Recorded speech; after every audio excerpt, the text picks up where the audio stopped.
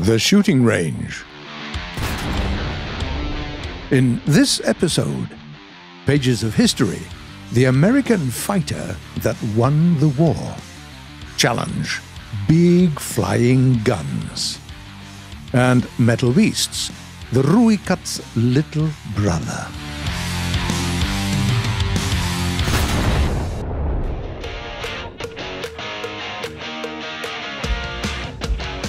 The Red Skies update enriched the collection of South African tech with a new wheeled tank, this time at a BR of 4.3. The SAR engineers tried their hand at creating a few experimental machines with various chassis and guns on their way to the famous Rooikat. One of them was a tank based on the British Saracen APC, simply called Concept 3. Its armament is a 77mm gun with elevation angles between -10 and +20 degrees, as well as a coaxial machine gun. Its layout is pretty classic. The engine is in the back, the driver is in the front, the rest in the turret. Concept 3 is a classic wheeled tank. The key features of this class are their good guns and high mobility. Its solid-shot round can penetrate basically any enemy machine at this battle rating, and with elevation angles like these, no landscape puts this machine at a disadvantage. There are flaws too.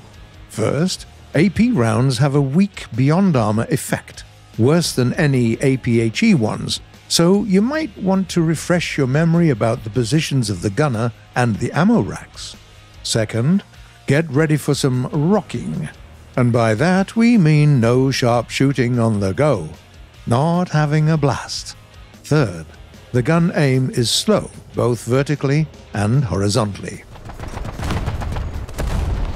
As for mobility, it's not that bad, but, well, a top speed of 83 kph both forward and reverse sounds amazing.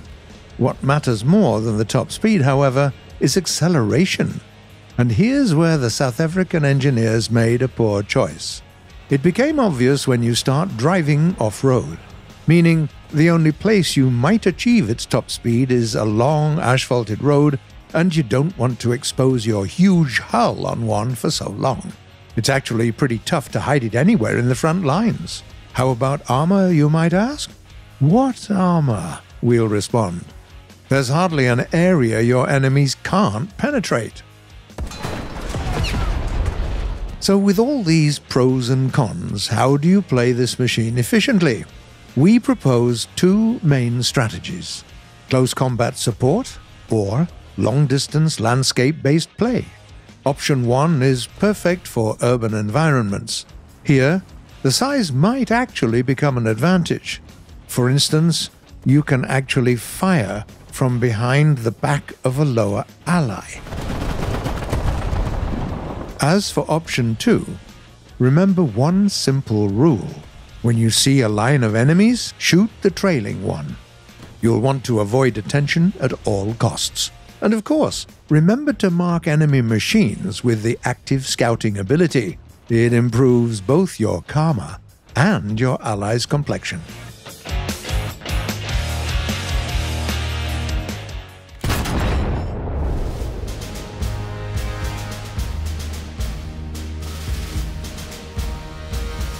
This is a symbol of an era. This is an icon. Polished metal, flying colors, a beauty worthy of being called the national symbol of the US of A. The name itself sounds synonymous to the US Air Forces, the Mustang. The silver wings of democracy and freedom. Many believe it to be the best single-engine fighter of the Second World War. Some, though, raise doubts. They say, well, what's so special about this Mustang? Even when it first entered service, it had nothing new to offer. Among the top 5 American aces, none flew the Mustang. Among the top 10, only George Preddy. The Mustang didn't even start its career with anything impressive. Neither the Royal Air Force pilots nor the American pilots were enthusiastic about it. Nevertheless, it was the Mustang, specifically its latest, the more numerous models C and D that won the war in the skies over the Reich. And no, we haven't misspoken it. The war, not the battles. The war. How? Simple enough. Bombers raiding the Axis factories needed fighters to cover them on all stages. A lot of fighters. So many that the hordes of Messerschmitts and Focke-Wulfs wouldn't be able to outnumber them. Would the Spitfires do? No. They were complex, expensive, and therefore few. Moreover, their combat range was far from that required for long bombing raids. The Lightnings? Maybe. The Thunderbolts? Well, their range was better, but their maintenance costs were stiff. A turbocharger had a ludicrous price tag back then. Now, the Mustang with its high-altitude Merlin engine was just the right thing. Its simplicity was a huge benefit. It was cheap and easily mass-produced. Back when it was being designed, the P-51 had been thought through so well that the production of various units and modules could be entrusted to independent makers, some of which had never even made anything for aviation prior to the order. By the time Model C was created, the North American factory in Dallas had so much experience they could take two Mustangs, disassemble them, mix up the modules, reassemble in random order, and get two planes back again. Even today in 2021, it's rarely possible with two identical cars. By the way, in case you forgot, war means you never have enough weapons. Any surplus is what's left after the war's over.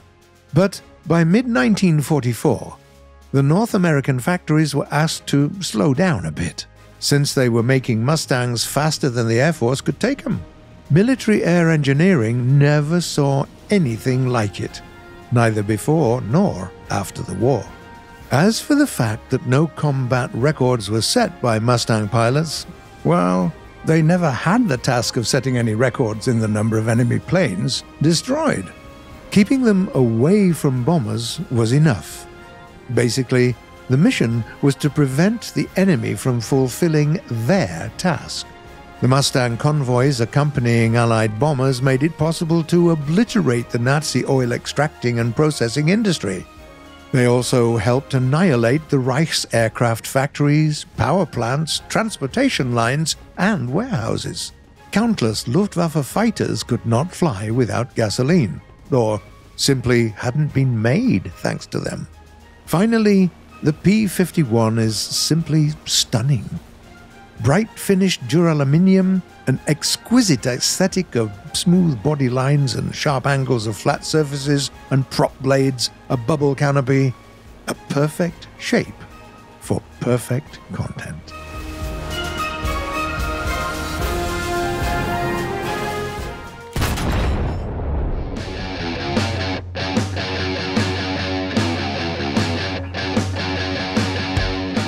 We loved flying planes with big guns so much in the last episode that we decided to have a challenge and check what they're capable of in real air combat. To start, we've chosen a plane with the best flight performance among the participants, the American Grizzly. First battle, and is that a German bomber we see? Firing a few ranging shots, no luck yet. But we're getting closer. And yeah, the Dornier is basically ripped to shreds. First frag today. A few minutes later, we find another bomber, this time above us. Let's raise the nose and open ranging fire. The rounds fly close, but miss the target. No problem. Let's correct our aim and continue shooting. Looks like a nice shot. Yes, direct hit. More than a kilometer away. 2 frags, and we still need too many ranging shots. So let's join another battle. New map. Looking around, we see an enemy B-17 far away. Why don't we fire from 2 kilometers away? Boom. The cockpit must have been blown away. Nice frag. Time to switch to something trickier and more challenging, like the Japanese Ki 109. After a few unsuccessful battles, we find ourselves on the Ruhr map. On our way up, we spot a group of enemy bombers. The Focke-Wulf gets the first shots and goes to meet the ground in flames after we hit it. The next one is the American Avenger. We dive at it and send our 75mm high explosive right into the enemy. What a boom with this zoom! A few minutes of searching and we see another enemy flying right above the treetops. Fire! The Junkers loses a wing and marks our third frag in this battle. Having reloaded, we climb up again, and in the meantime, we get spotted by a Soviet fighter. A dogfight begins, but we surprise the opponent enough to scare them into fleeing, only it's too late. A nice HE blows up this tiny plane to pieces. 4 frags in a battle. Nice. We thought of returning to the hangar when we saw a German fighter asking for a frontal attack. We couldn't resist. And here goes our frag number 5. Another good shot. Another plane disassembled mid-air. Frankly speaking, this Japanese plane surprised us. Its BR is pretty low, but its flight performance allows it to perform miracles like these. Now for dessert. We have the most ludicrous machine among all large-caliber machines today. The Italian 4-engined P108 with a main caliber of 102mm. It's so bulky, even tanks would be tricky to hit. As for air, we'd be happy to score a single frag. And we were right. We had gone through countless unsuccessful attempts. The only advantage this Italian has is a huge ammo pool of 50 rounds. The thing is, we rarely got to spend them all. Getting the P108 to survive that long is a challenge unto itself. Still, we didn't give up, pressing to battle again and again. So here we are on the Mozdok map. After a few minutes of flying, we see a German twin-engined aircraft. Its guns are strong, but we have no alternative to meet it up front. Firing a few ranging shots, the distance shortens. Yes! Finally, a 102mm HE round turns the plane into a fireball and sends it to the ground. Challenge completed. So many machines have been destroyed today, although frankly speaking, most of them were piloted by us. This has been one of the toughest challenges we've had so far, and we'll definitely remember it. But now it's high time we answered some of the questions you ask us in the comments.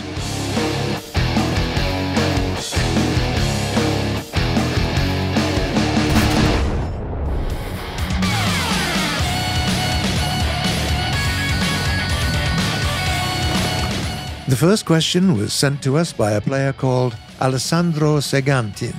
How should I use the Black Prince in battle? Hello, Alessandro.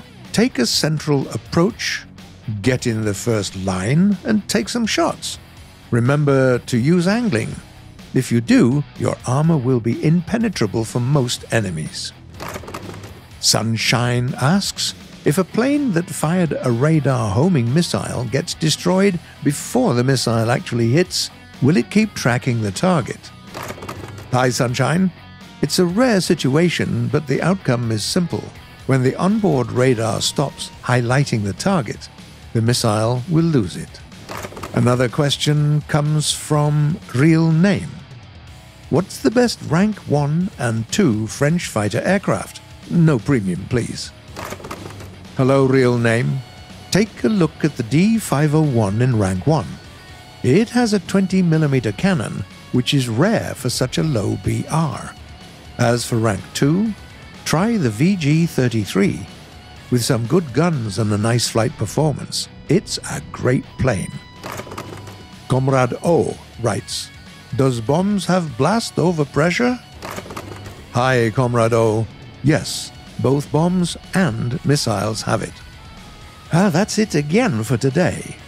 You've been watching The Shooting Range by Gaijin Entertainment, and the next episode will premiere the following Sunday at 4 p.m. GMT, or noon Eastern Time.